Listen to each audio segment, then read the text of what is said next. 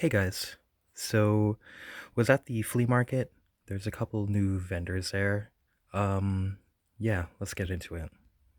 And yeah, new phone, new camera, new sound setup. It might take us a little bit to get the kinks worked out, but let's see how it goes. Anyway, so there's one new vendor there. There's actually another one that's going to be moving in, but he wasn't ready to go. But I just happened to pass by there. Thought I'd check it out. There's like two walls at the new vendor's at the new vendor of $2 books. I asked him, do you do deals for like bigger, like multiple groups of multiples? And he said, yeah, if you get 10 or more, it'll be $1 each. So, yeah, nothing, no like big keys here, but there are some that are worth a little more. As we do though, followers of this channel, that we're just kind of concentrating on trying to have like find good writing and good art. We concentrate kind of on the interiors of the books, primarily over value or covers, but yeah, I do like that other stuff too a bit. Okay, so anyways, Alien number 8 from Marvel, checking these out. Alien Stronghold number 1, an extra copy of this because this is one of my favorites. Doug Monk and was it John Arcudi? This is a good one though. Aliens Free Comic Book Day from Dark Horse. Some Army of Darkness. This is number 2. Army of Darkness number 5. This is kind of a Ninja Turtles homage variant. Batman Legends of the Dark Knight number 28. Faces by Matt Wagner. This is a good series. So my other copy of this was pretty beat up. This is just an upgrade. Batman Legends of the Dark Knight number 51. Snitch by Robert Lauren Fleming and David G. Klein. Well, just trying this out. As well as trying this out because an old fan of Mark Silvestri. Haven't checked out much of his modern stuff though. I think your boy Zach has said this one's good though. But Batman and the Joker, the Deadly Duo, book 1.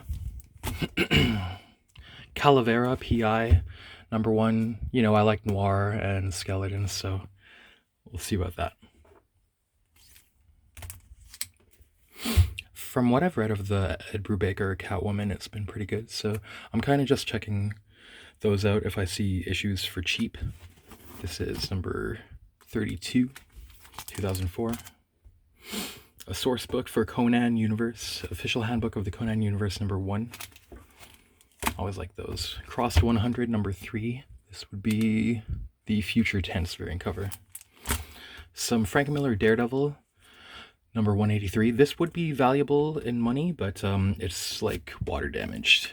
But still a good placeholder till I get a better copy. It doesn't smell like mold. Daredevil 257, John Romita Jr. I think this was... Is Anna Senti wrote it?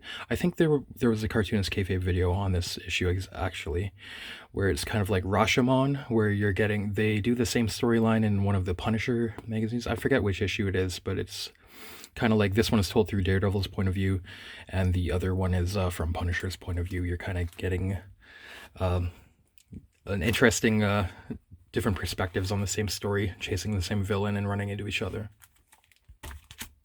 Dark Horse Presents number 28. I saw this had Black Cross. I like Black Cross, so.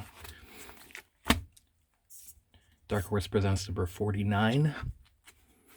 This has Homicide. I like that Homicide stuff in these. Dark Horse Presents number 56.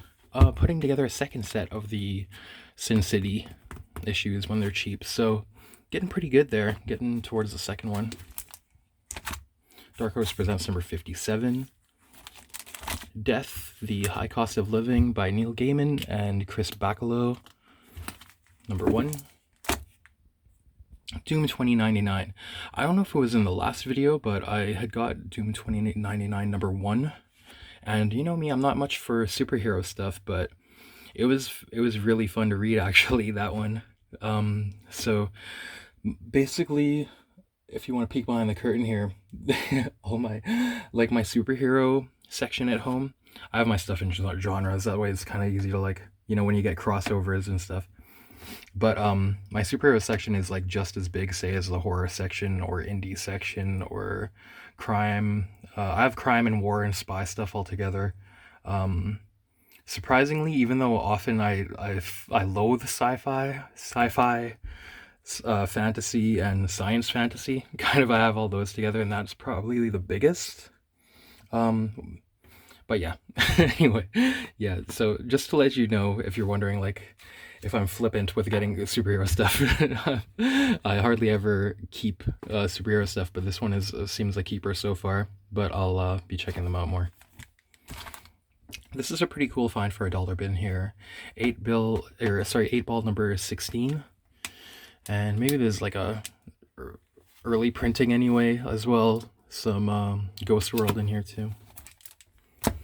Speaking of ghosts number 82. You know that Bronze Age DC horror is always a good thing to get if you can get it cheap. Kind of early G.I. Joe. It looks like a bit water damaged, but yeah, if it's cheap, I'll check them out, because I'm kind of like wondering which G.I. Joes are fun to read. This is number 23. You know, we've been getting these recently, so just kind of like getting upgraded, putting an upgraded kind of set together in a second, maybe for the friends or homies. G.I. Joe Order of Battle number 2. This looks real messed up though. Maybe that's even mold. That's no good if that's the case. Oh man, I can already tell this camera has way better focus than the last one. I'm like pretty happy about. I was forced to get like a new camera, or a new phone, that is, like for work. They're like, you have to be more modernized or else the work apps aren't gonna work on your. And I'm like, come on, man, that's not fair. But I guess it's nice to have a better camera setup now for these. Continuing. G.I. Joe Order of Battle number 3. I don't think I've ever seen issue 4 anywhere yet. Okay, some of the new G.I. Joe, which I was kind of missing. These are the David Nakayama variants. G.I. Joe number 1, number 2, number 3. I gotta say though, her legs look like a little weird on this. Maybe I'm wrong, but the anatomy seems a little like... He's a good artist though. Graphic Classics Free Comic Book Day edition, featuring Edgar Allan Poe, Ambrose Bierce, I guess, Lord Dunsany. Lord Dunsany was somebody that Kubrick looked up to, I think. I think it was like a little bit of Little Lord Fauntleroy back in those days. You're kind of like writing would be like a rich person's pursuit, maybe. And Lovecraft, to get around it, it seemed that he kind of lived in poverty, but sustained by family, help from family, I think, too.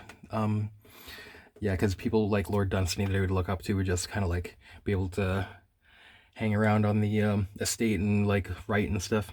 But anyways, Sir Arthur Conan Doyle, Mary Shelley. We'll see how these are. These are often quite good. Green Arrow number 43, number 48. Some Garth Ennis Hellblazer number 65. I feel like these are, I don't want to say undervalued, but I think it's pretty good if you can find these in a dollar bin.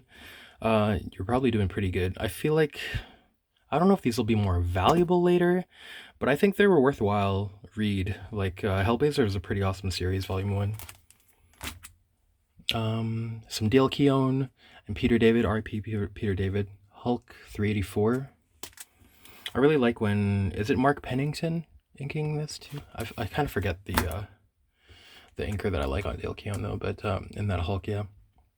Immortal Hulk number 1. This is a third print, but still not a bad find. James Bond 007 Felix Leiter number 1.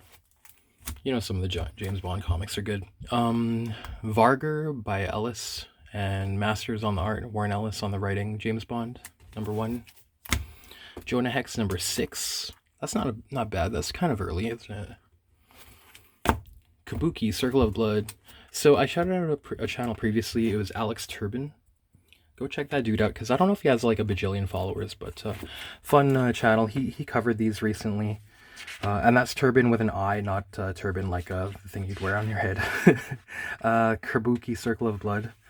And I was like, man, if I find these in a dollar bin, I kind of want to check them out. I tried reading them when I was a kid. Maybe I just didn't get into them. But the art and layouts and transitions and stuff are pretty cool, actually. I think in his conclusion, it was like the writing could be a little more polished, though. But I'll give it another shot. Let's see. just a little more. Why not? Just bask in the upgrade of to the graphics of this channel here for this one. So I'm seeing if this one, this is like not the highest resolution, but 60 FPS. Maybe I'll try the next one if it's, I know this is boring details, like higher resolution, but 30 FPS. And find what's the best setting to use. Also, I have to use like a new headset to, yeah, this is cool. This is crazy stuff. A new headset to record audio on too. But that other one, I was using a gaming headset, but the common complaint with it was that the sound is like awesome, but the volume is kind of too awesome in that it like picks up your breathing. And I could never really find a way around that. I get annoyed like hearing myself like breathe in the mic and stuff. Anyway, I know that's not to do with comics. Let's move on. But yeah, this is interesting art. Circled Lead number 1. I think these can be found in dollar bins. It might be worthwhile to do. I'm gonna try to do that, I think. Here's one I had when I was a youngin' and did keep. I think I got a couple extra copies of this when I was young, so that I could like cut them out and pin them up, or put them in binders and stuff. You'll see. Kabuki Gallery. Many different various artists in here. I guess that's Greg Land. Two of them, like, you know, 50-50 on. What is this? I'll just shout out the ones that I like recognize. Is this like Bradstreet or something? This is Dave Johnson.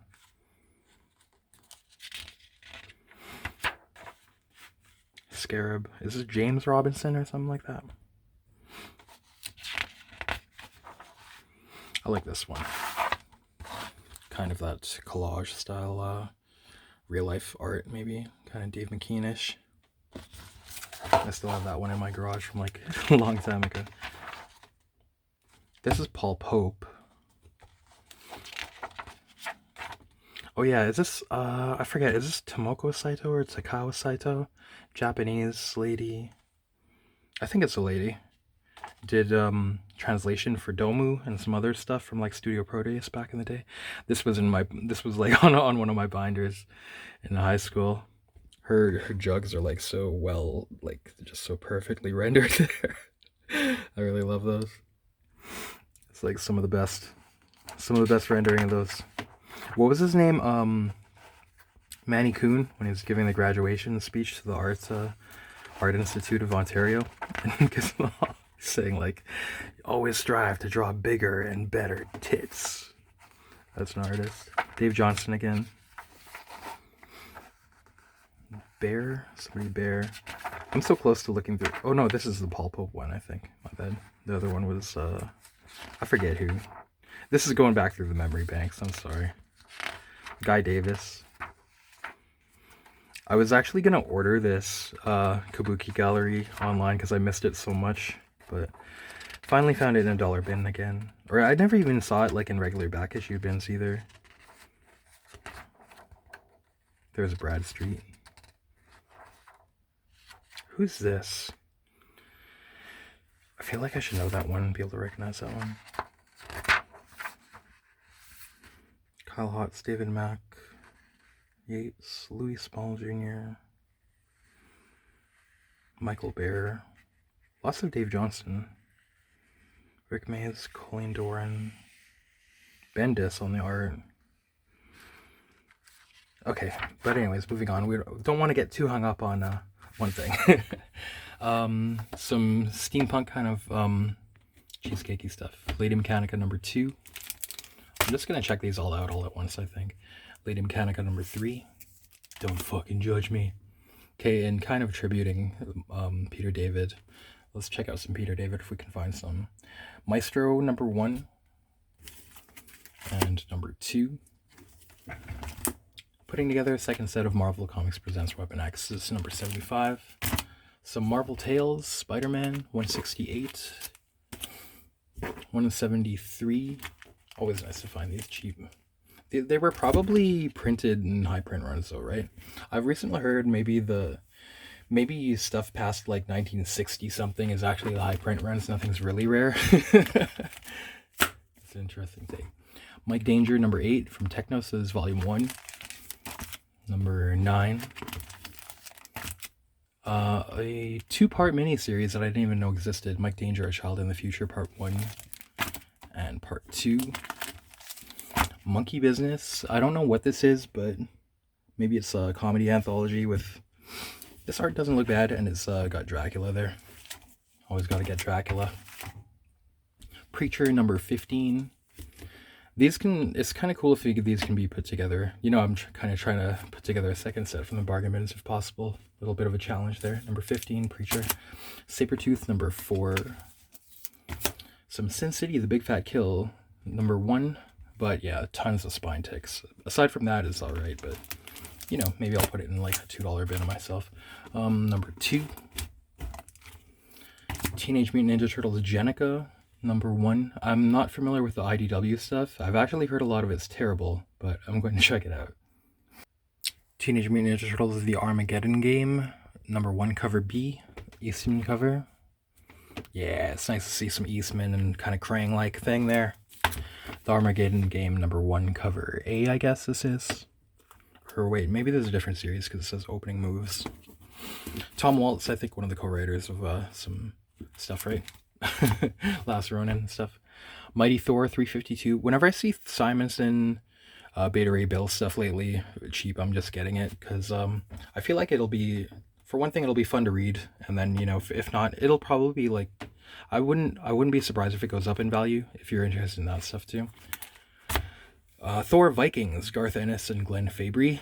I've talked about this series before. It's awesome. And it's explicit content too. But yeah, Glenn Fabry on the art is mad. Quick look. Quick flip through and show a little bit. Why not? Because his line work and storytelling is pretty sick too. Don't get to see it very often.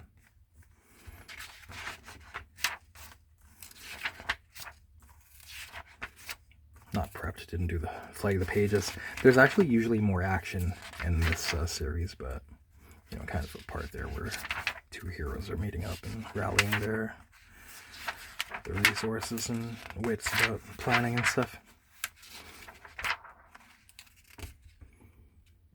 But yeah, the Glenn Fabry art, fun stuff.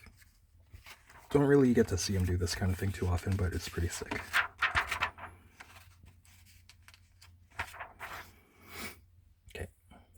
Some old Transformers. Transformers issue 23. Humans or Wimps. Weird War Tales number 67. Yeah, just always get this kind of stuff. Weird Western Tales featuring or presents Jonah Hex number 37. What If number 64. What if Iron Man sold out? There's a billion copies of this there, but still, I was like, interesting premise. I don't know which volume this is. Maybe it's like a one-shot from later, right? What if Flash Thompson became a Spider-Man? This seems kind of like a classic cover or something. I forget. It says after J.R. Sr. though. Wolverine number 50. Savage Wolverine number 7. Some Joe Mad. Uncanny X-Men 185. Yeah. These are a lot of doubles. Uncanny X-Men 196. And this one, Kitty Pryde says the N-word. So this is probably going to be a key for future generations, of course. Uncanny X-Men 238. 242. 245. Some Liefeld, I think. 246. 247. Yeah, a friend of mine has been like trying to buy a bunch of X-Men off me lately, so you might want to get these. 249. Adjectiveless X-Men number 30. The Wedding of Scott Summers and Jean Grey. Your boy Zach covered this and made it look pretty good once. Astonishing X-Men number 20. Trying to put these together too. Whedon and Cassaday. Some weird just little inserts or something. Promo cards. Lady Justice. And Bernie Wrightson. Series 2 Macabre. More Macabre trading card set. Checked out our buddy Dan's booth there at the flea market. You know him, he's like in these flea market halls usually it's stuff from him. Because he had told me that he was probably going to go on vacation for most of June. So I was like, that was kind of the reason I was like, I'll check out the new vendor there and check out his stuff before he goes. But he didn't really have much new stuff. But he did sell me this stack that has some cool stuff and the and the short box for $20, which is sick. um, yeah, there's actually supposed to be another vendor set up there eventually too. Wally's supposed to go back there, so it's kind of gonna be like a hot spot. The only thing I worry about or wonder though is if they're just gonna like pick through each other's stuff each morning that they're set up, and then like I'll be getting like the pickings after that, which is probably gonna be the way it is because I seen like a lot of wall books that like Dan, he said that he had just like um organized his wall and then it was like all half empty when I got there. Because I found wicked stuff there actually. Anyways, not to cry, but all this stuff, $20. All Star Western number 11. I like when Gray and Palmiotti do some Western stuff. Batman Legends of the Dark Knight number 16. Venom. I hear this one's like something notable. Daniel O'Neill and Trevor Von Eden. Faces Part 4. Just maybe putting together a second set of this. This is Legends of the Dark Knight number 30 with that Matt Wagner again. Finally found this. I've never seen this. I've been looking for it for a while. The Mike Mignola Legends of the Dark Knight Sanctum. With basically, like, I never heard of this, but through again cartoonist kayfabe, they had said this is kind of like a Hellboy story before Hellboy. And it kind of looks like that. Like, Seed of Destruction was 94. I think it was like March 1994. And this is November 1993 release date anyway. So, yeah, this has been on my, like, looking for list for several years. Finally, this is like the first time I've seen it. It was in a 50-cent bin, or less than 50 cents, so it works out. Let's flip through it a little bit together. I didn't flag pages and stuff and have stuff to talk about. A little bit unprofessional here. I just got, it's busy time, man. You guys don't mind though, do you? It looks pretty good. Yeah, and this red. I wonder who colored it. I wonder if it's Dave Stewart. Because you gotta love that red. It has like a hint of yellow in it, I'm quite sure. Give it that hotness. Not enough to make it orange, but just a bit. Who's the colorist? Let's see. No credits there. Alright, I'm not finding the credits, folks. I'm not gonna pause and make an edit either. I bet it's Dave Stewart, but it might not be. Okay, Concrete Think Like a Mountain, Chapter 3. More Doom 2099 rather. Number 3. Number 5. Number 6. There was more there, but I was like, maybe I'll just, I'll try a handful first. Elf Lord, Don't Judge Me. I'm kind of, maybe I was joking about liking Barry Blair's stuff, but maybe it's not a joke anymore. Number 3. Well, at least that, the elf, what was it called? Doomhaven or something? That one was actually kind of fun to read and didn't have too many bulging crotches and stuff. Not too many twinks. It's kind of classic, just like 80s Dungeons and Dragons style fantasy. It's kind of just, it seems like kind of just like fun and innocent. Man, has anybody else been getting fed the algorithm of like Princess Bride shorts on their algo? I forgot how awesome that movie is. I used to watch that movie over and over as a kid. Anyway, digress. Elf Lord number 4. Number 5. Fury Pacemaker number 2. I think I'd found number 1 recently. Just kind of revisiting the Garth Ennis Fury. I was always kind of like on the, like, I don't know if I want to keep it. I never really kept it, but I don't think I've read Peacemaker. G.I. Joe Real American Hero number 71. Green Arrow number 42. Number 47. Green Arrow Annual from 1991. Number 4. Everybody who's been around a while knows that the Grell Green Arrow is always like something I'm keeping an eye out for. Usually very fun to read. Pit number 1, sure, why not? There's a bunch of these in that 50-cent bin. Preacher 28. Punisher Armory number 6. I know I have 1 to 5, but I can't remember if I have all. Is there 7 of these? Razor number 2. Yeah, I would usually stay away from these, but if it's like less than $1, maybe I'll try them. Because all the ones I've tried to read were like really. I don't want to be. I'll just be mean. They were like stupid to read. Maybe kind of in that charm of like dumb 90s stuff. Number 3. Solo, Teddy Christensen. I saw it had like, I'm not familiar with this artist, but Dead Man on the cover, you got me. You got me. Pop Comics is always saying like these Sonic comics are worth something, right? So I was like, I don't know, I was half asleep or something, but these are really beat up. So I don't know why. Sonic the Hedgehog presents Princess Sally number 2. These like would be if they weren't beat up, they'd be worth something. Number 3, maybe I'll just put them in the Halloween giveaway stuff. The Spectre number 8. This is the issue right before Madame Xanadu and the Spectre do the deed. So maybe I'll just see what the build-up's like. Still looking for that Spectre number 9 though. Spider-Man number 42. This is Jay Lee. I think this was covered on Cartoonist Kayfabe as well. I can't remember if they said the writing blows though, but it's just funny to see, or weird to see Jay Lee do Spider-Man. You can see here this kind of high contrast, gritty stuff. Stark Future number 2 from Aircell. Steel Claw number 3. More Simonson Thor, this time number 361.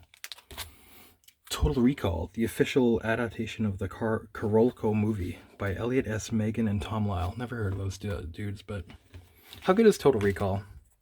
I was talking recently in the comments about like the epitome of cinema not being stuff like Citizen Kane, but actually being stuff like Total Recall or Terminator 2 or RoboCop. Just all the factors, like how smart and dumb and like the juggernaut of what would it be called, like corporate Hollywood, I guess, or but actually like in syncopation to create just masterpieces of action fantasy, rather than like, I know the intellectual realism of stuff like Citizen Kane is like really highfalutin and stuff, but this stuff actually kind of demolishes the Academy Awards to me every time. Like, or say, how good is the writing that the guy's arms got torn off on that elevator, and then Arnold Schwarzenegger like throws his arms down at him and says, "See you at the party, Richter." Like, what kind of writing is that? What kind of genius writing is that? Okay, yeah, throw his arms down at him and then see you at the party. Yeah. You're not gonna get stuff like that. That's like lightning in the bottle era. All that stuff is just to me, that's like the epitome, the absolute pinnacle of Hollywood entertainment in that era. Maybe I'm dumb though. I don't think I'm dumb. I think that's the best. That stuff's the best. Transformers Drift number 44. Sorry, 4 of 4. A copy of Watchmen from the 50-cent bin. This is how things should be. They should be in 50-cent bins again, don't you think? But it's kind of beat up. Number 11. Astonishing X-Men number 1. Maybe these are from his $2 bin now. Oh no, maybe not. Astonishing X-Men number 4. Check this out, man. He was basically trying to give this to me. Or he's like, yeah, I don't know why nobody bought it. I'm like, it's the first print of Batman Year 1 hardcover. The very first, from what I can tell. So, I saw in my comic shop this should be worth like 30 American, at least. I think in that was like in a VG or something too, so. I don't know, just, I kind of like when finding first prints is kind of cool. Because you're like, how did it even survive and get to, like, usually trade paperbacks or hardcovers, they're more for reading or even lending or traveling around with. So when they're around and intact, that's pretty cool. I know I already have like a softcover reprint trade paperback of this, but this is a cool little relic to find for sure. And lastly, or just about lastly, Punisher magazine number 5, number 6, and lastly, this William Gibson's Neuromancer graphic novel. This as well is supposedly like worth some bucks. At least I think in mid grade it was like 30, 50, $60, and then high grade like 100, 120 online everywhere. I'm not like all about that, but it just feels like a bonus. I kind of get this stuff to read and enjoy, and then it's cool to know that if you don't enjoy it, you'll be able to make some money or just to feed the beast. The original novel of Neuromancer, of course, rules, and the audiobook also is pretty fantastic. Used to listen to that in college, falling asleep. But yeah, looks like a lot of kind of panel grids here. Painted interiors. It's probably not as awesome as like just the audiobook or book in your imagination though, because it gets pretty far out. It looks like the binding is maybe a little bit of a problem there.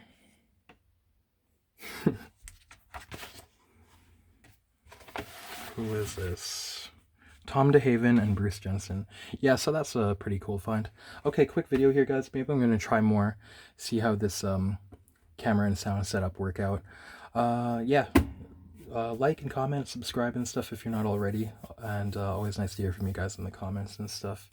Even if I don't respond, if I click like on your comment, I'm too dumb to respond. I'm actually not a social genius. I'm kind of just a dumbass. It's learning to talk better by making these videos.